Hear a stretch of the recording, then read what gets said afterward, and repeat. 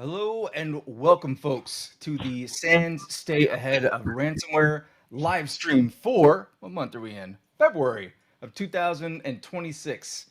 I've been staying busy and I literally had to look at the month there. It's February, right?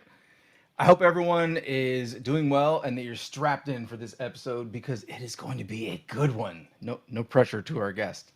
For anyone who doesn't know me, hi, I'm Ryan. I'm the Ryan Chapman, the author of SANS Forensics 528, Ransomware and Cyber Extortion. I am actually going to be taking over some new authorship responsibilities that will be announced in the next weeks, months, but I'm already cracking on it and I can't wait to talk about that with y'all.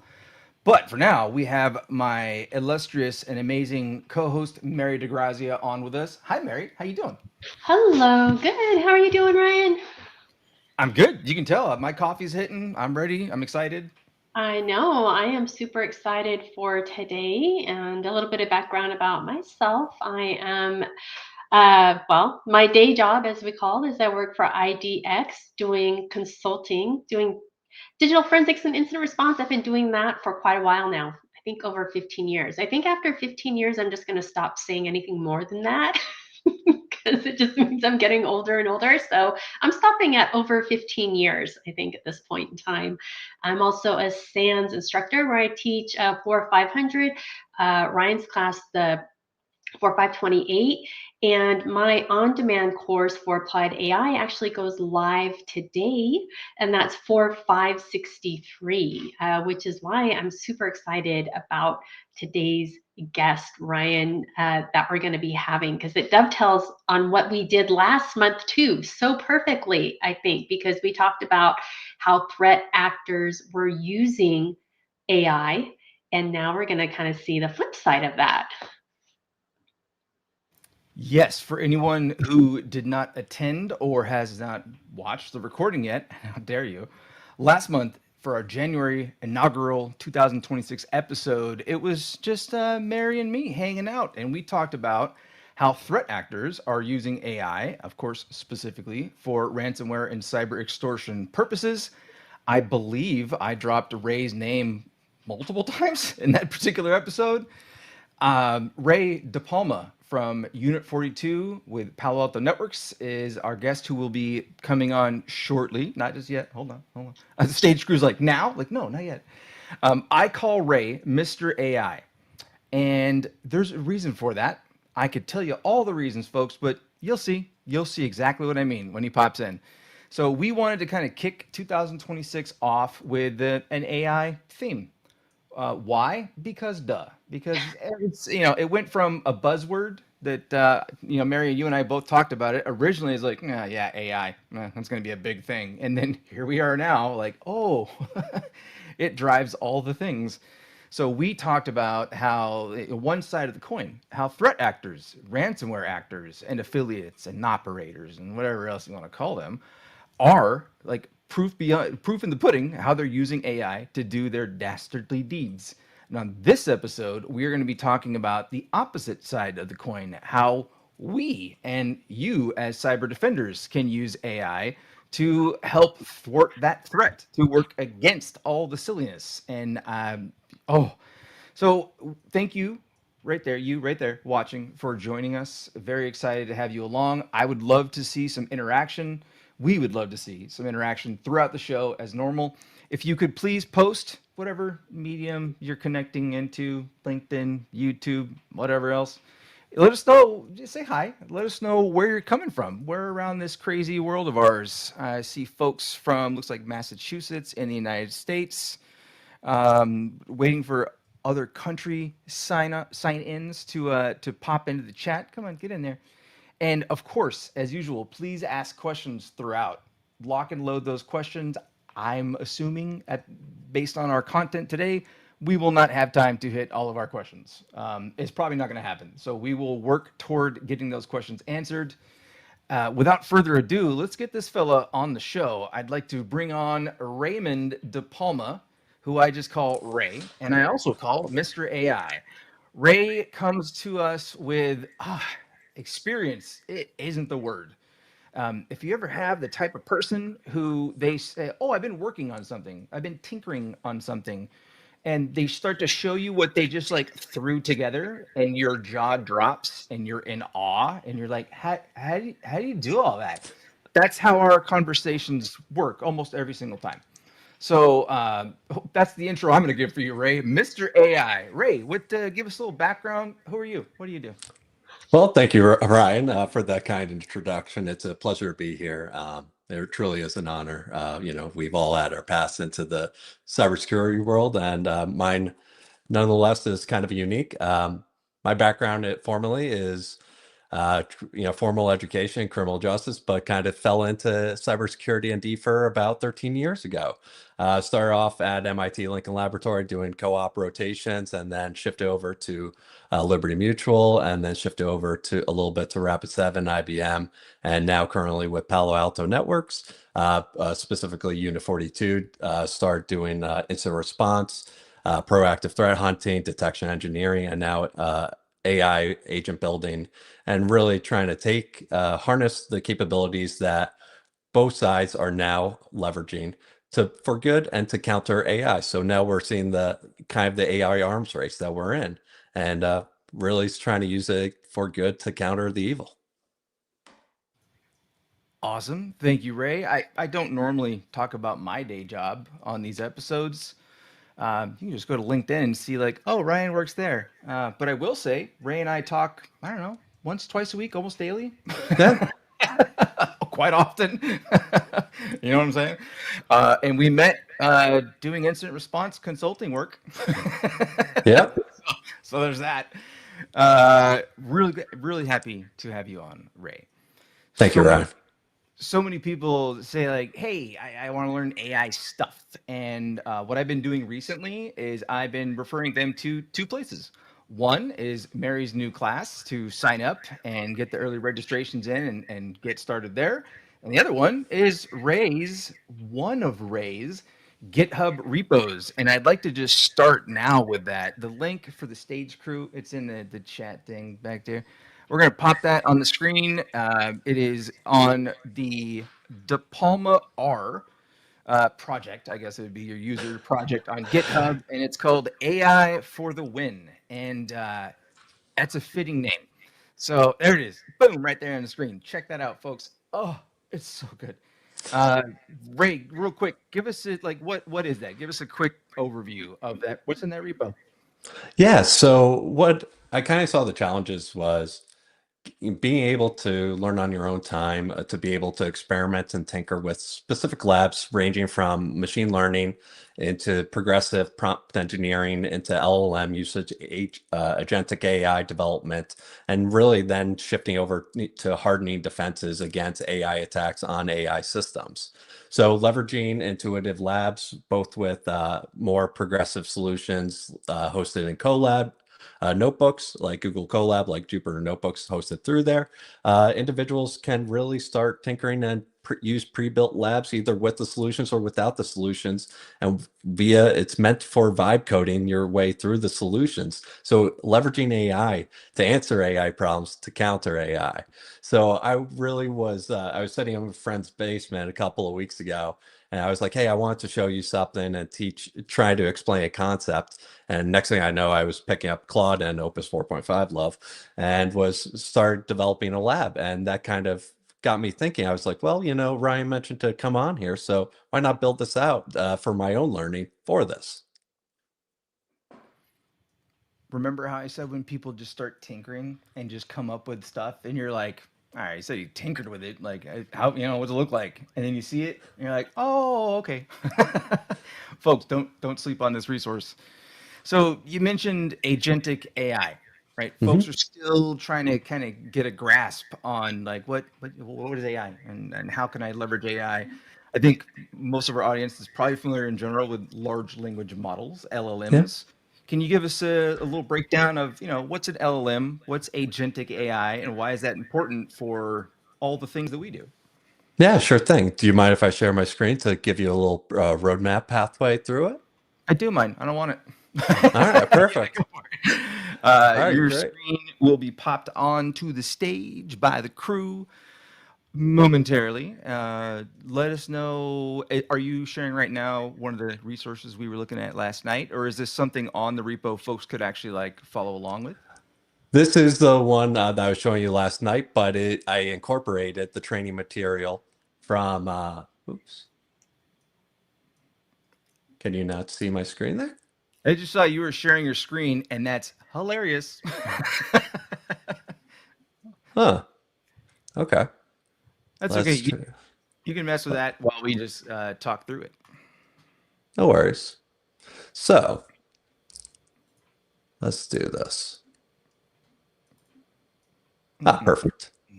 Okay, so this is based upon material from the lab. I just want to present in not as much as in a Colab notebook, and you would have me scrolling through tons of Python code. So let's talk about large language models. We all know that powerful prediction engines that have access to historical current texts, to a certain degree, that can answer and summarize and analyze documents with various amounts of persistent memory and able to interact with systems. Now, what we see is that's a little bit more reactive. It generates responses on demand, right? Where the shift to now consultative LLMs is more of advisory, summarize, and suggest. But now where it gets really interesting is LLMs hooking into tools where you could plan, you could act, you could use tools. You can see agents like Claude or ChatGPT or Gemini, where you have planning models where you give a task and it breaks it down into sequential tasks and plans the operation to, say, codify an AI lab. So AI agents, let's just think about this more of empowering. If you are a consultant sitting in a room and I ask you a question, you regurgitate what you have in your memory. But now if I throw a tool belt, a laptop, a cell phone, I'm giving you the autonomy and ability to execute tasks on your behalf. So meaning for that, I'm able to now do things. I can extend my framework into extensive other databases, APIs, MCP servers. I can access databases and enhance my LLM's capabilities and shift more to autonomous, or shifting to more of, yeah, I would say autonomous, where I can break those tasks down, select the right tools, and execute them without as much interaction as previously required through, say, SOAR execution, where you need to be very programmatic in your step-by-step execution, where you could have conditional tasks being chosen by the AI agent itself.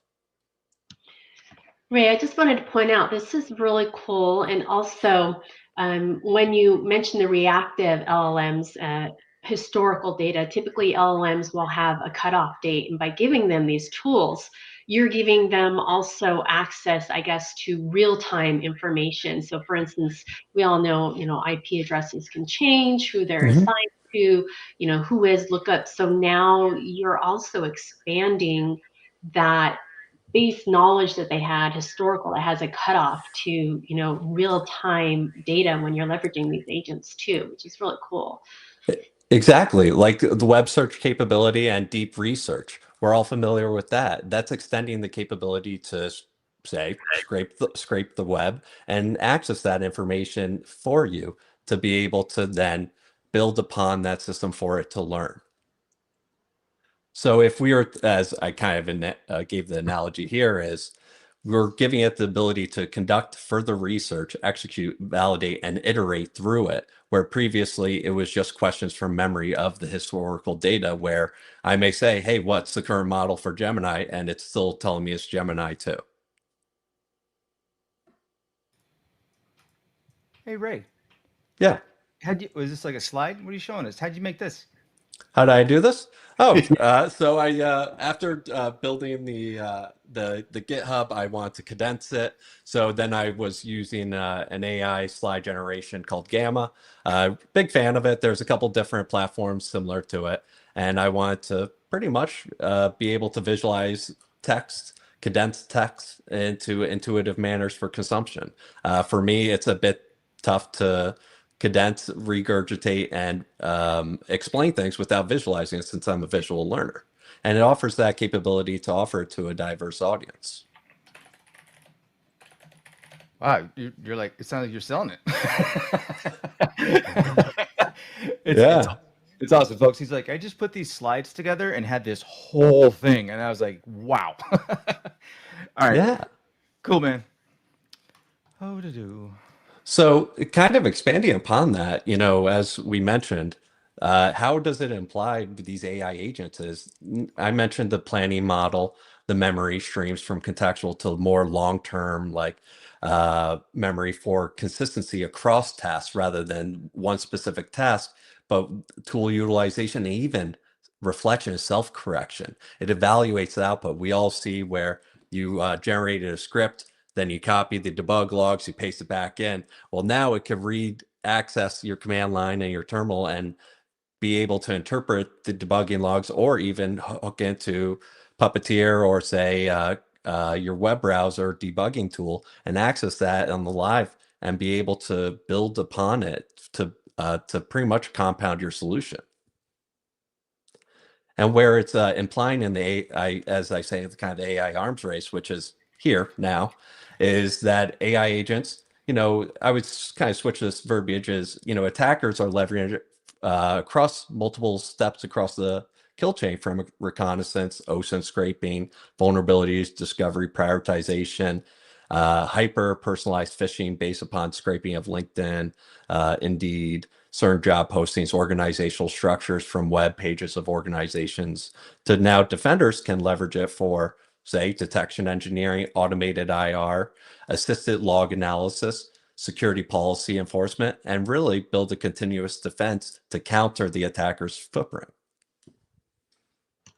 Yeah, it's funny, not funny, but you mentioned having AI help you with putting together the slides. Like that leaves us more time to do the defending, right?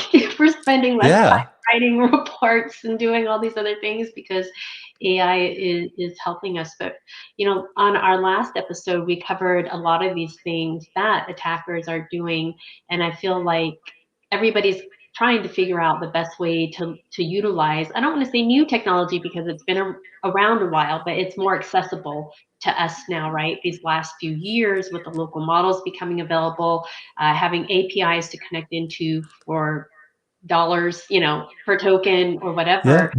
5 years ago, we didn't have that. So I think a lot of us in this industry that have been doing things one way all the time, we now have this new technology, so to say, that we're trying to figure out how to leverage, and the attackers are doing the same thing. They're just on the other side of the fence, so to say.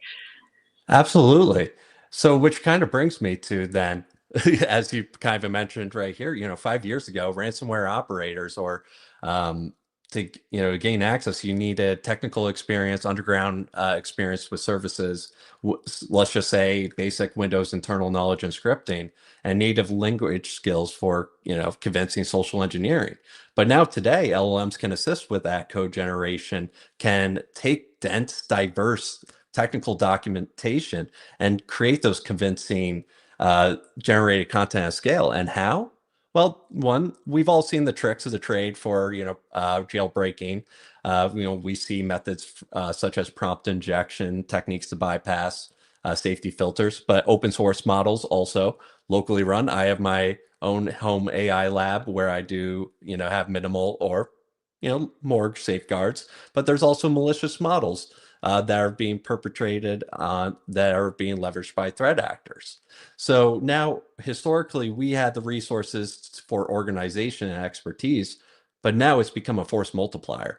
Think about, Green Berets of, they go in, they understand the language, and they train. Well, now a sole actor now has access to a system that can take place of a dedicated team of skill sets and harness that for their purpose. I excuse me. I work as a threat hunter, by the way, folks, for my day job. And one of the things that I've been doing the past month is we have some sync calls with some of our clients, and I've been giving them kind of an overview of 2025, right, leading into to now, and I just talk about AI, and I'd say, well, you know what? It's not really that AI has provided this brand new novel, like we've never seen these particular types of attacks ever happen, right? Yeah, there's AI specific model attacks. I'm not talking about that. Just being like, what does it really mean for you? You know, for our clients, for you watching this right now. One of the biggest things is speed, and the over the additional saturation that people are going to be like, I don't really know how to do bad stuff, and then they get a hold of an unrestricted LLM and start Yeah. creating. All of a sudden, there's more of it, and it's coming way faster. So software patching cycles, these types of things, asset management, knowing what's out there and what to prioritize, the things we've been saying for I don't know how many years now are even more important. So Yeah. yeah, go ahead. No, I couldn't agree more. I mean, if you really kind of think about it, why, the pace of innovation and faster adoption, it comes into that's kind of some of these trades is defenders got to overcome certain, let's call them organizational inertia, compliance requirements, economic pressure. I have to align the revenue streams to business priorities, security priorities, whereas the arms race, it doesn't necessarily have to be perfect. It's about speed because the growing attack surface means the defenders are playing catch up and may not even know that it exists when they're being hit. So they don't operate under the same rules and conditions of compliance constraints. Experimentation, I may be working for a vendor that I may only be able to use one model or one platform. They are not burdened by that. They can experiment, switch and swap, and be able to leverage freely. And their single purpose is, exploitation profit, which their revenue stream can be reinvested how they like. Ours, we may have to again abide by business priorities, and they see more of that immediate ROI. And in terms of like legacy integration debt, they can change cloud providers as they want. Okay, we could sit here all day and go more and more into they're doing it because of this. Ray, let's do it, man. Let's do it. The Defender's AI toolkit, defensive AI. Where do we start? And let's get into some of the fun stuff. Yeah, let's do this. So we talked about kind of the new attack timeline. We mentioned reconnaissance, initial access, spear phishing based upon reconnaissance. We're seeing more emerging research and techniques of polymorphic AI assistant, like payload generation and EDR evasion, lateral movement, digesting bloodhound or AD recon, AD structures, and being able to have prioritized attack paths. But even from exfiltration and encryption, being able to reverse DLP and identify the PII IP financials for top revenue streams based upon business units for encryption, and even handle negotiations in different geolocations and cultures to handle the communication. But now let's flip it out. So how can we defend and counter offense this? So these are just some of the capabilities that are ever growing. And I'm going to demonstrate some of these to you. Some of them are nice linear stories. Some of them are a little bit disjoint. So we could talk about incident timeline generation. I'd like to use ML to be able to process the heavy loads because it's less expensive and more of disparate of be able to establish the baseline, but then the LLMs to go in depth. I can handle multi-log sources and generate incident timelines. I could analyze the logs. I could generate those reports that is taking multiple team members. I can handle alert triage quicker. I can automate detection engineering based upon growing alerts as they are. And defensive AI agents themselves can be more autonomous in nature with minimum or, as you scale, human oversight based upon pervasive risk. So what I mean by that is, let's take this Plotly diagram of just an attack where traditionally I may be looking at this and I have to analyze all these events. I got to find the needle in the haystack. At the bottom is my AI analysis. All right, so log on from 10.0050, privilege escalation. Great. I got a quick summary of something that's requiring me to pivot through. So that's, a nice little visibility approach. But based upon that, now I fed that into my LLM, and this is the output. So from that, as opposed to having to dive into all those logs that have multiple work streams for initial access, lateral movement, privilege escalation. Now I could see the attacker began with a macro-enabled Word document that spawned PowerShell. So we see Outlook created the invoice Jan 2024 doc.m. We could see PowerShell executed. And then we see the NetExe and NL test for network and user enumeration, domain trust discovery. And then, okay, let's just say this low-hanging fruit Mimikatz renamed to MEXE in the temp directory for credential dumping. But we could take it a step further where now I'm even going into defense evasion and recovery inhibition to be able to identify that. So we can see that they're trying to tamper with EDR antivirus with regexe, backup destruction with VSS admin, BC edit for disabling recovery methods. And we can see the impact encryption extortion. So we can immediately see, all right, what are the lockbit extensions through, say, a new detection query that based upon the previous attack data and the ransom node deployment. But where it gets interesting is, let's go with, what if I need to visualize this in a different way? Go ahead, Ryan. Pause right there, and I hate will. to pause because I'm like, keep going. Yeah. Mary, what do you do like for all your cases, and what do you do? Like, how many different roles are on your consultancy teams, and what are their primary tasks? Like, what you get, stuff from the client, artifacts, and then what? Yeah, I know. How many different hats do we have to wear too? It's like not only the members on your team, but you have the people that specialize in BEC, or maybe you have a malware analysis person, or you have the person that's collecting the data while everybody's doing analysis. And sometimes you're that one person, or you have to lean on all these other people that have the various skill sets. So. Ray, let's abstract for 1 sec. Stay right where you are. Of course, I'm staying. Sir.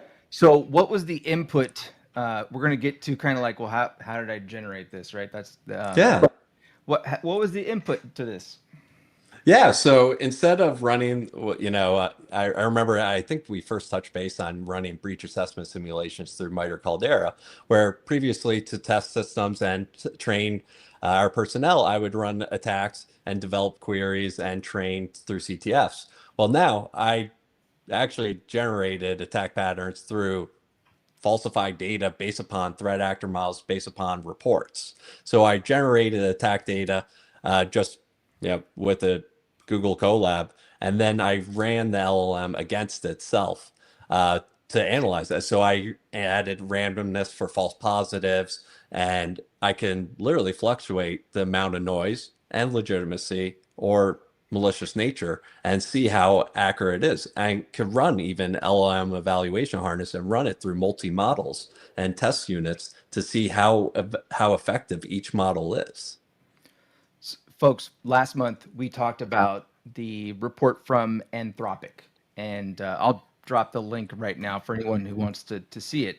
The idea was that we wanted to exemplify over the years where we truly have identified, yes, threat actors are using AI, and specifically where and in what parts of the ransomware or cyber extortion campaigns, right? Stage crew. I like how I just talked to the stage crew instead of using the chat. Stage crew. I put the link in there. That's so silly. Such a Ryan thing. Anyway, we'll pop that link into the chats and stuff. But we talked about how the threat actor was using it for every part of what they were doing. That's the report right down there. Check that out. And reconnaissance and discovery and enumeration and blah blah blah. And what is Ray telling us right now? We as defenders, how can we use AI? He's not just saying, well, say you have sysmon logs, or say you have, whatever EDR you have. I'm not just saying you could feed the logs into there and then get like hey, look, bad stuff happened, and different views and presentations of that.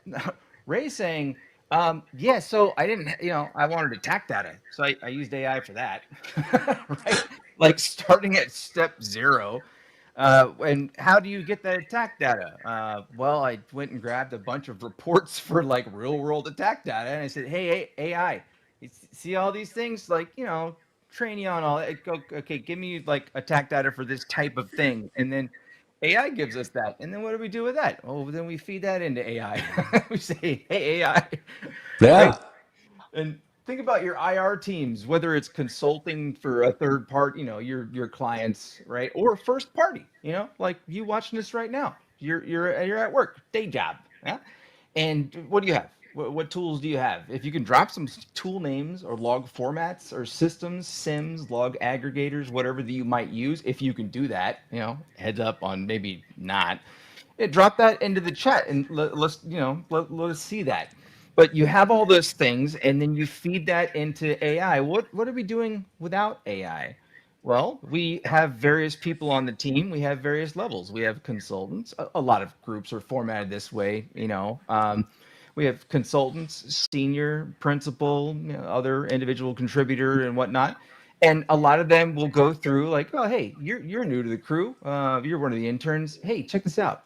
Here's a big old log file from whatever, Entra ID, or from, you get the idea. Kind of pick out the things that it's like, these are bad, right? Here's the IOCs we have. Yeah, all of that, every freaking step along the way. It's like, hey, AI, make this easier, right? And what do we eventually have to do? Well, we eventually have to present that to the client. From a consultant perspective, duh, that's kind of what we're helping them out. We're informing them.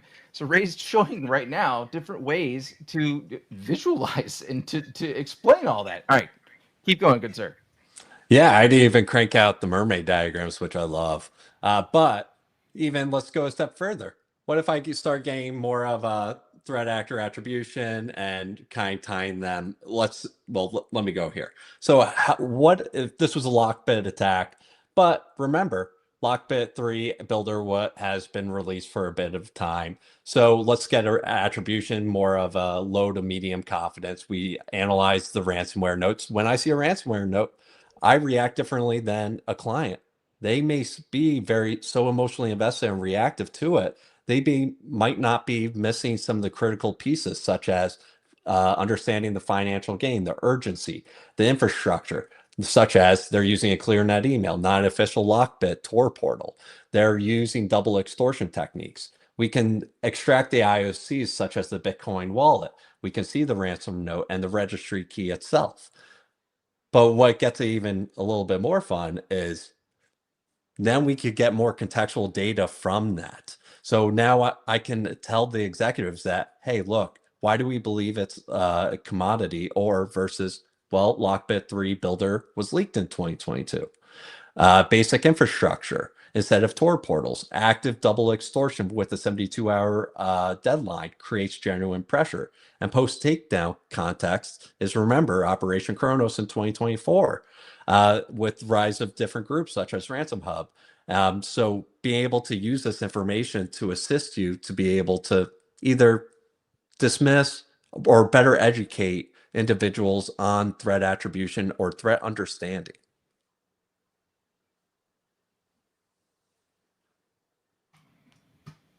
Someone in the chat said, "Go Ray."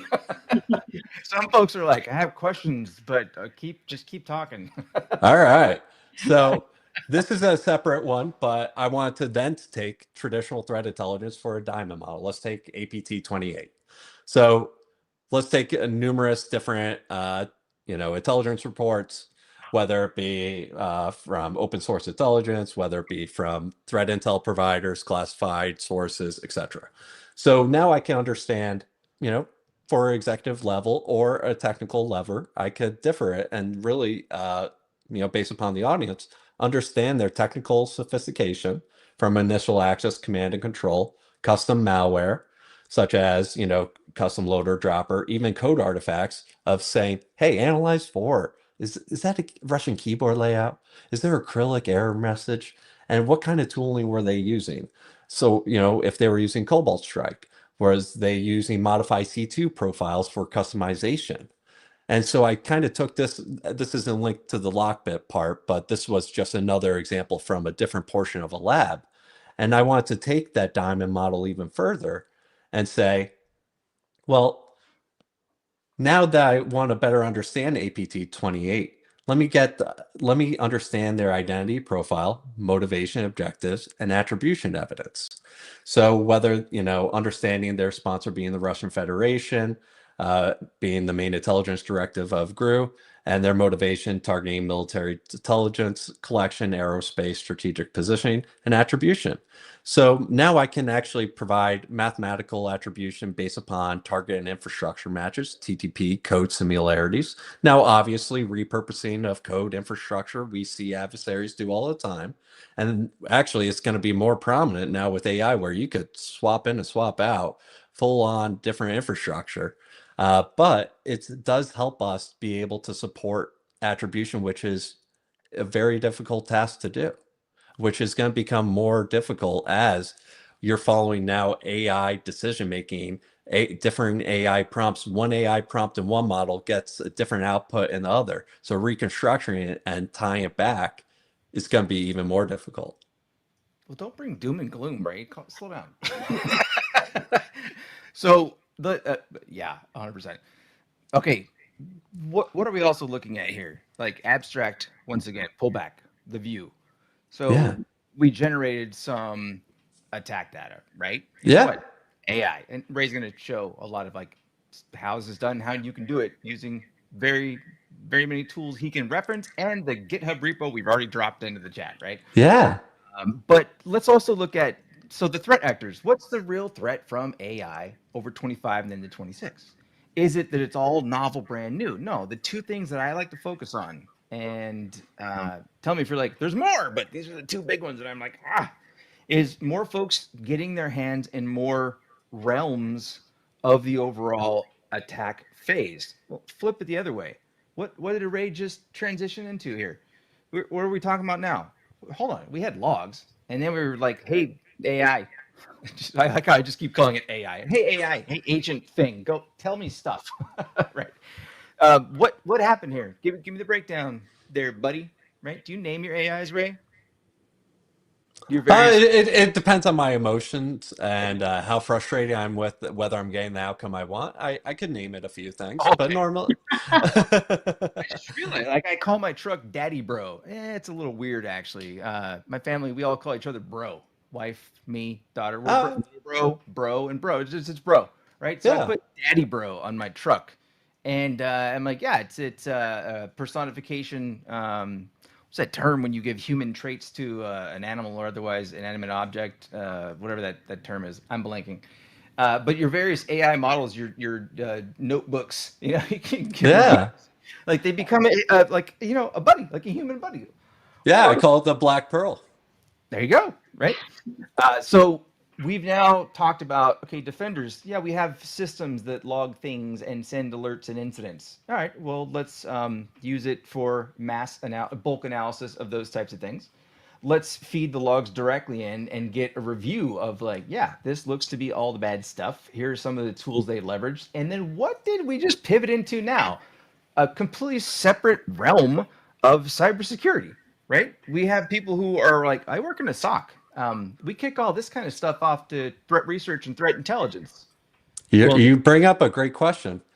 So, what if I wanted to pivot? So now, just a regurgitation of attack chain and mapping it to MITRE because we all, get asked that, right? So that's Operation Shadow Strike. That was kind of a regurgitation of that from initial access, execution, defense evasion. This is easy to consume, just to some degree. But what's interesting is when I get to now my immediate pivots, based upon what we're observing, what if it's giving me the suggested pivots and suggested queries to run and hunts to perform next based upon the observations seen?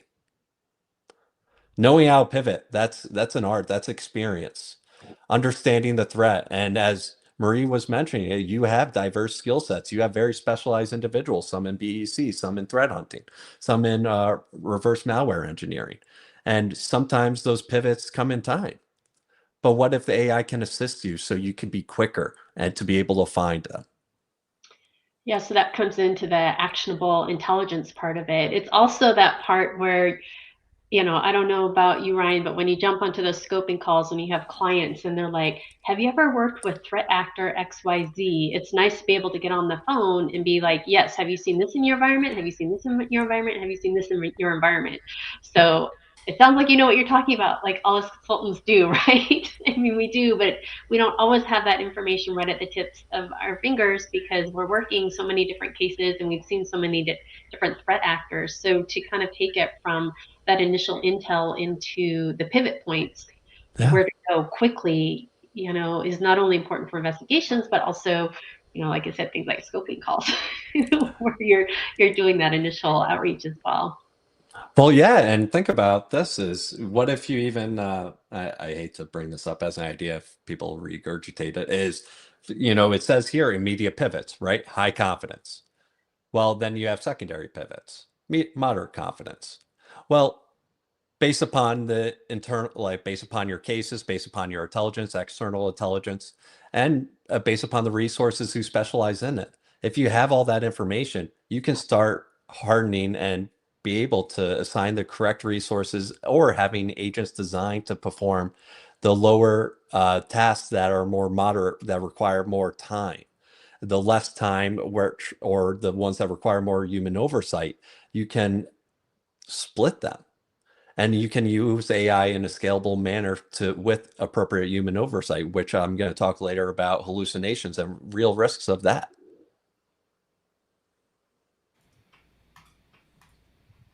Okay, folks, Ray is probably the only person I've ever met in my life who over prepares so much. I was like, I don't think I over prepare at this point.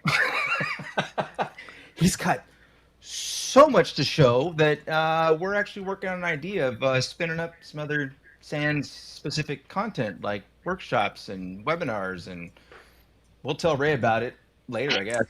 Oh, this is right. Ray doesn't know yet. I'll let him know at some point.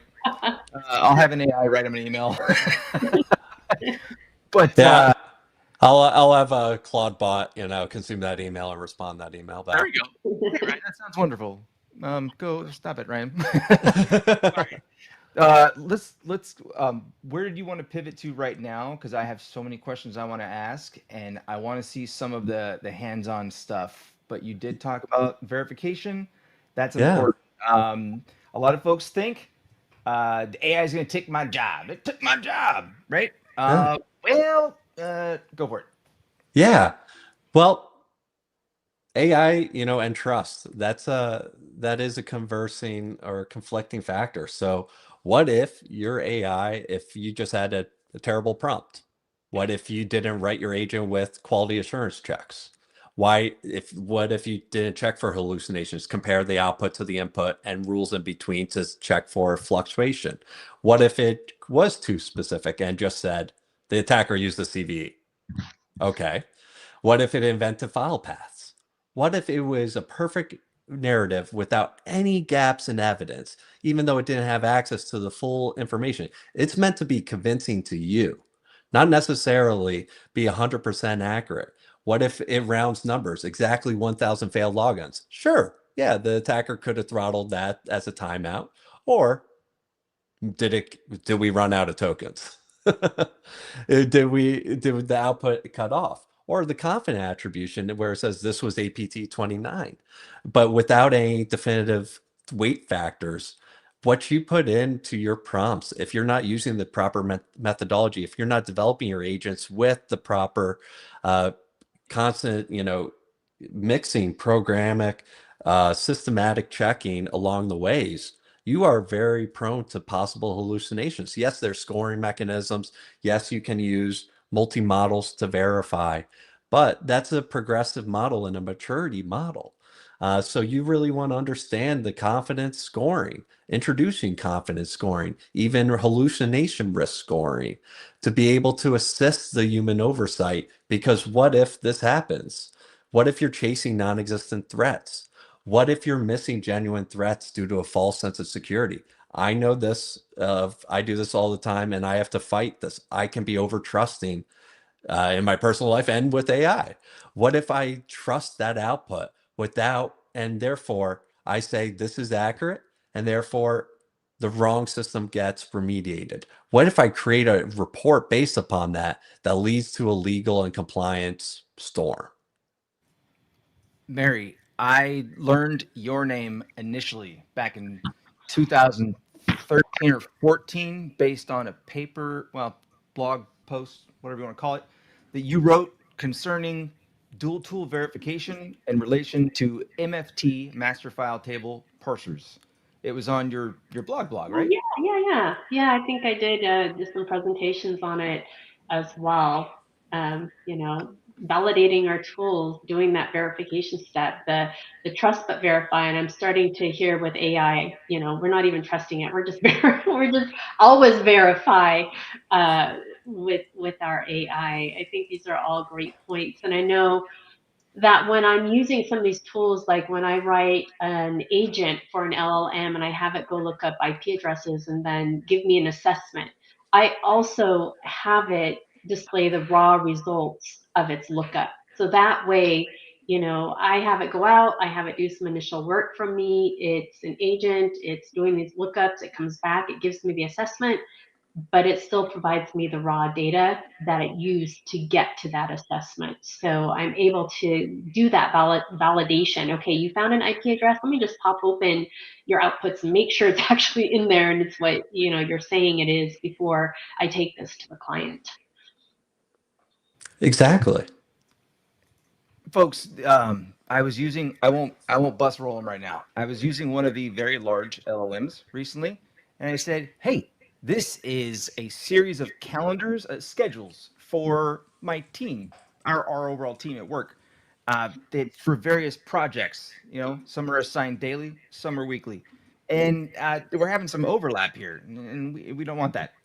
This person's doing this queue or this particular thing." But then all of a sudden on a Thursday, they're doing three at the same time. Horrible. So I uploaded an Excel file, like an SLS file, and I said, "Hey, Mr. LLM, who I won't name right now, can you identify when that happens?" Yada yada yada. Long story short, it was like, "Oh, yeah, I got this. There's 4 tabs in your Excel file that relate to the following different projects. Yada yada yada yada yada. Here is the overlapping, schedules and the days over the next 6 months." And it listed out results with names I had never heard of, were absolutely not in the Excel file that I provided. And I said, "Hey, Mr. LLM, I don't know, you just made those names up. None of those names are in that file." And it responded back, "I apologize. That's what we call a hallucination." And it kept, "I will fix it, yada yada." Different names, never heard of them. Over and over. So yeah, trust but verify, or just verify. Verify and trust, maybe. Verify, verify, verify. Yeah.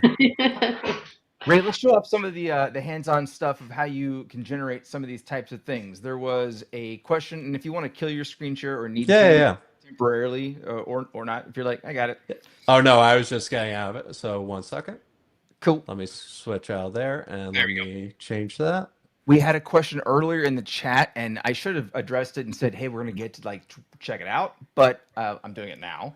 And it was very early on, someone specifically noted that they would like to see how you apply, for general kind of proactive threat hunting, which we've kind of addressed a number of times. That's it right there from Kumar. Hi, Kumar. Sorry I didn't address this earlier. I wanted to get to this. What about things like memory dumps with volatility, from random endpoints, and some of those very specific use cases? Check out Ray's repo and the various projects that are there. And while I pivoted him on the spot right now, he's going to pull up. No worries. I'm getting it pulled up. Hold on. Okay. Give me about 2 seconds. And While okay. Oh, go ahead. So let's pick this. Actually, I was pulling up my memory one too, but so share screen. Oh, are you ready? They're going to pop your screen on as soon as they see it shared on their side. Okay, cool. Can you see this? Yep. Thank you. All right, cool. So this is, so as I mentioned, there's actually, I don't think I mentioned, there's 50 labs and it varies by different difficulty levels. And also it starts off with like basics in Python, statistics, ML, and it kind of goes progressively. So the first step that I'm doing is just like, yep. Zoom, a little bit of Zoom love. Oh, Zoom love. Yeah, yeah, yeah. A little bit of Zoom love. All right. Let's And do that out. Thank how you, many sir. how many laps did you say? 15 or 50? 50. 50. You did say 50, 50? Yeah. Wow. Okay, that's amazing. Yes. Well, I mean, I really have to, um, yeah, I don't know. I overspent my Claude license API very heavily. But anyway, so I generated some logs, analyzed 34 different log sources, generated some log parsing, so parsed the logs. Then I used the LLM log, just a very terrible prompt since this is just in the beginning, but you can see that I'm using more of the Spark method, who you are, what I want it to do. And we're just running, hey, the log shows approximate, 5 minutes of sequential attack, incident brute force, 3 attempts from this user, C2 execution, malware execution, recommendations based upon that. Then you have an LM hallucination checklist, which I always say. You can see the red flags. You can also use LM output to be able to assist it. You can have verification workflow, but then we can use pattern recognition to then identify data exfil. And then if we need to generate charts for, using Plotly or anything like that, I can grab that and interpret the logs right there. So while I'm doing that, I do want to see real quick is I'm going to pull up another lab where I use a little bit more visualization. So under notebooks, actually, what I did was I made that most of them, it's available to be run locally or Docker, or even better into using Colab notebooks, which I really love. So if I was to say phishing classifier, for example, this one may be a little bit more on the ML side, but again, it just highlight some of the capabilities here. Gonna run that. Of course, Ryan's testing me on the fly, but I'm gonna load and explore the data after this executes. Don't mess it up, Ray. I will. I know. I'm sure I will, but I'm sure that everyone's lenient. We'll do it live. Yeah. So while that's running, perfect. Gonna Ray, I run did that. have a question for you. Now, is this something where if someone's running these labs, they'll need to have an API key for a specific provider, or how does that work? That's a great question. The first 10, you do not. The later on, yes, you would need an API key for a provider. So we could, I try to make it agnostic for Gemini, GPT, and Anthropic, or you could just use Olama locally and do it. Oh, cool. Yeah. So these are, as you can see, I just classified different templates of internal classification, external legitimate, credential phishing, BEC phishing, spear phishing, emails, malware phishing. These are all generated. And then we can start grabbing some statistics. This is more on the ML side, but I know that my Anthropic API key was having a little bit of an issue. And now I can generate some ML classifications for how many are legitimate, how many are phishing, and actually break them down even further. And then if I want to be able to build a phishing campaign timeline, here we go. Now I'm able to see kind of a cumulative amount of when were the phishing emails happening, when were the legitimate or the phishing ones here being happening, and be able to hone that in and extract that information, then to use the LLM to do deeper investigation. You want the AI, the ML to be doing the heavy lifting, which is less costly, and the LLMs to be able to handle more into the deeper world. Well, not deeper world, I made that word up, to the deeper analysis. So where we're going into here is more of like forest classification, model evaluation, and some unnecessary graphs that I thought were cool at the point. but be able to see confusion models, how many are false negative, true positives, row curves, precision recall, to be able to see even then feature importance of weighing of what's the word and verbiage across these standpoints, and that are identified as financial versus content versus action required. And then I run it with test new emails, and there we go. I trained it. That's really cool. A quick question which dovetails onto this. You mentioned all the models that you could use with it. Which ones have you tested, or have you found like, hey, you need at least a 70B model to do this, or the main providers are going to work the best? Because I know, like, if you try and run a llama with like a 3B model, it might struggle a little bit. So, is there any recommendation you can give? Like, it has been tested with XYZ model. I So, could probably update that. I probably put that on my to-do list to update that for the llama recommendations. For the general models, I generally like when I'm doing kind of the code analysis. I personally like Anthropic models, but you can also use Gemini. Like, Gemini is great for visualization, mermaid diagramming. I also, GPT is also whatever you have access to, what your license is permissive of. So I can certainly update it. I believe actually what I did was. We're going to have to wrap up real Oh, soon. no worry. oh, If you're pulling a Ray/Ryan, Yeah. So one thing that I really also want to highlight is the guides too. So what I did was I want to do more of be able to help users understand what they could want from different models. So such as like say dev models for Cursor, Claude, Code, CLI, and really start mapping out the capabilities to be able to see what's best for detection rules, malware analysis, giving some development strengths. So I created a bunch of different guides that can help you start from starting to kind of learn it from different perspectives, not just the hand-on lab, but from a knowledge and regurgitation. folks, check out the repo. Check out Ray going forward. I feel, Ray, that your LinkedIn is about to blow up. Because a lot of people are like, hey, that was cool. I like you. What's your name? Talk to me more. Ray, thank you so much for popping in. There's a bunch of love that's been flowing in. So I at first I was like, wow, I thought there'd be more overall questions to just bombard him with, and then I'm realizing that folks literally are just going like, keep talking, keep going, man. Speaking of keep talking, how can folks, where can folks like find you? Where can they see your stuff? How can they get more Ray loving? They can find me up in New Hampshire, hopefully in the mountains on the weekends.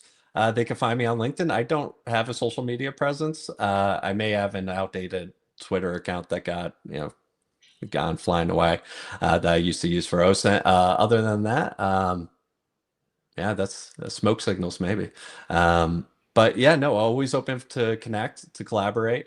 And while I'm here, I want to send a shout out to a couple people that helped get me into the industry. So Sean Kavanaugh, Nathan Bowman, Josh Nadeau, Elton Booker, John Dwyer from MIT Lincoln Labs, who kind of believed in me back in the day when I only took one computer course. So thank you.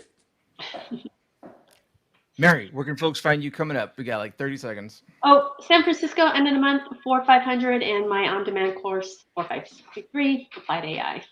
Yep. Find me at CactusCon this Friday, cactuscon.com. I'll be there. I want this 5 more hours of this. Thank you all for joining. We'll check out the other comments, see if we can get back to them.